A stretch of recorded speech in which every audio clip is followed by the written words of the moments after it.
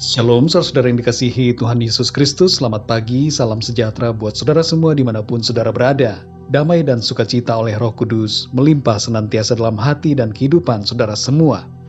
Sebelum kita mendengarkan renungan firman Tuhan, mari sama-sama kita berdoa. Bapa kami yang di sorga, Bapa di dalam nama Tuhan Yesus Kristus, kami mengucap syukur Tuhan untuk pagi hari ini, kembali kami merasakan anugerah Tuhan, kasih Tuhan, dan kebaikan-Mu yang begitu luar biasa dalam hidup kami. Terima kasih ya Tuhan, pada saat ini kami mau mendengarkan sabda firman-Mu. Urapilah kami ya Tuhan, supaya kami dapat mengerti apa yang menjadi kehendak-Mu bagi setiap kami. Terima kasih ya Bapa, dalam nama Tuhan Yesus Kristus, kami berdoa dan mengucap syukur. Haleluya, amin. Saudara yang dikasih Tuhan, nats Alkitab kita pada saat ini terdapat di dalam Injil Lukas pasal 15 ayat 11 sampai 32.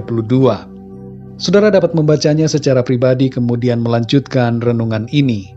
Saya akan membacakan Lukas 15 ayat 17 sampai 20. Tertulis demikian. Lalu ia menyadari keadaannya. Katanya, betapa banyaknya orang upahan Bapakku yang berlimpah-limpah makanannya. Tetapi aku di sini mati kelaparan. Aku akan bangkit dan pergi kepada Bapakku dan berkata kepadanya, Bapa, aku telah berdosa terhadap sorga dan terhadap Bapa. Aku tidak layak lagi disebutkan anak Bapa. Jadikanlah aku sebagai salah seorang upahan Bapa. Maka bangkitlah ia dan pergi kepada bapanya. Ketika ia masih jauh, ayahnya telah melihatnya. Lalu tergeraklah hatinya oleh belas kasihan. Ayahnya itu berlari mendapatkan dia, lalu merangkul dan mencium dia.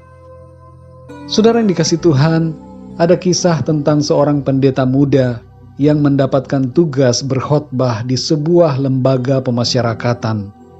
Ini adalah tugas pertamanya, menyampaikan firman Tuhan di hadapan para tahanan. Ia berdoa dan meminta hikmat Tuhan mengenai khotbah apa yang akan ia sampaikan. Ada beberapa tema yang ia siapkan, namun semuanya ia rasa kurang begitu cocok. Saatnya pun tiba, pendeta muda ini dengan sedikit gugup pergi bersama tim pelayanan menuju ke sebuah penjara. Ibadah pun dimulai. Para jemaat yang adalah tahanan lapas menyanyi memuji Tuhan. Akhirnya tiba gilirannya untuk menyampaikan khotbah. Pendeta muda itu naik tangga menuju ke mimbar, tapi tiba-tiba ia terjatuh karena tersandung anak tangga. Para tahanan yang hadir di situ tertawa melihatnya. Pendeta muda ini kemudian berdiri dan terus berjalan ke mimbar. Lalu ia pun mulai berbicara. Saudara-saudaraku yang terkasih, saya percaya bukan suatu kebetulan saya terjatuh, tapi Tuhan mau menunjukkan kepada saudara semua bahwa kita bisa bangkit lagi walaupun kita sudah terjatuh. Pembukaan khotbahnya begitu menyentak para tahanan yang hadir, dan ia menyampaikan firman Tuhan dengan luar biasa oleh urapan Roh Kudus yang memulihkan hati dan membangkitkan semangat mereka yang hadir untuk hidup dalam kebenaran firman Tuhan. Saudara yang dikasih Tuhan, dalam nats hari ini terdapat kisah mengenai anak bungsu yang pergi dari ayahnya dengan membawa warisan yang banyak. Ia berfoya-foya, berbuat banyak dosa, dan menghabiskan semua hartanya sampai ia jatuh miskin. Akibatnya, ia bekerja menjaga babi-babi, dan suatu ketika ia menjadi sangat lapar dan ingin memakan makanan babi, tapi tidak ada yang memberikannya kepadanya. Di titik inilah ia menyadari kemalangannya. Ia sadar betapa ia telah begitu hina hidup di luar bapaknya. Lalu ia bertekad untuk kembali kepada bapaknya. Dalam ayat yang ke-20 kita membaca bagaimana ayahnya begitu berbelas kasihan kepada anak yang terhilang itu. Ia berlari dan merangkul serta mencium anaknya itu. Saudara yang dikasih Tuhan, seringkali kita tidak menyadari betapa dalamnya kita telah terjatuh dan menjauh dari Tuhan, karena pikiran kita dibutakan oleh dunia ini. Tapi hati kita sebenarnya sudah sering kali diperingatkan, karena Roh Kudus terus berbicara dan mengetuk pintu hati kita. Hari ini kembali Tuhan mau mengingatkan kita semua bahwa sekalipun kita telah terjatuh, Tuhan mau agar kita tidak terus dalam keadaan terjatuh, tapi bangkit kembali, mencari Tuhan, bertobat, dan hidup dalam kebenaran-Nya. Bangkitlah saudara dari dosa dan kesalahan kita. Bangkitlah dari kegagalan kita. Jangan biarkan diri kita terus-menerus terkapar, tergeletak, tidak berdaya.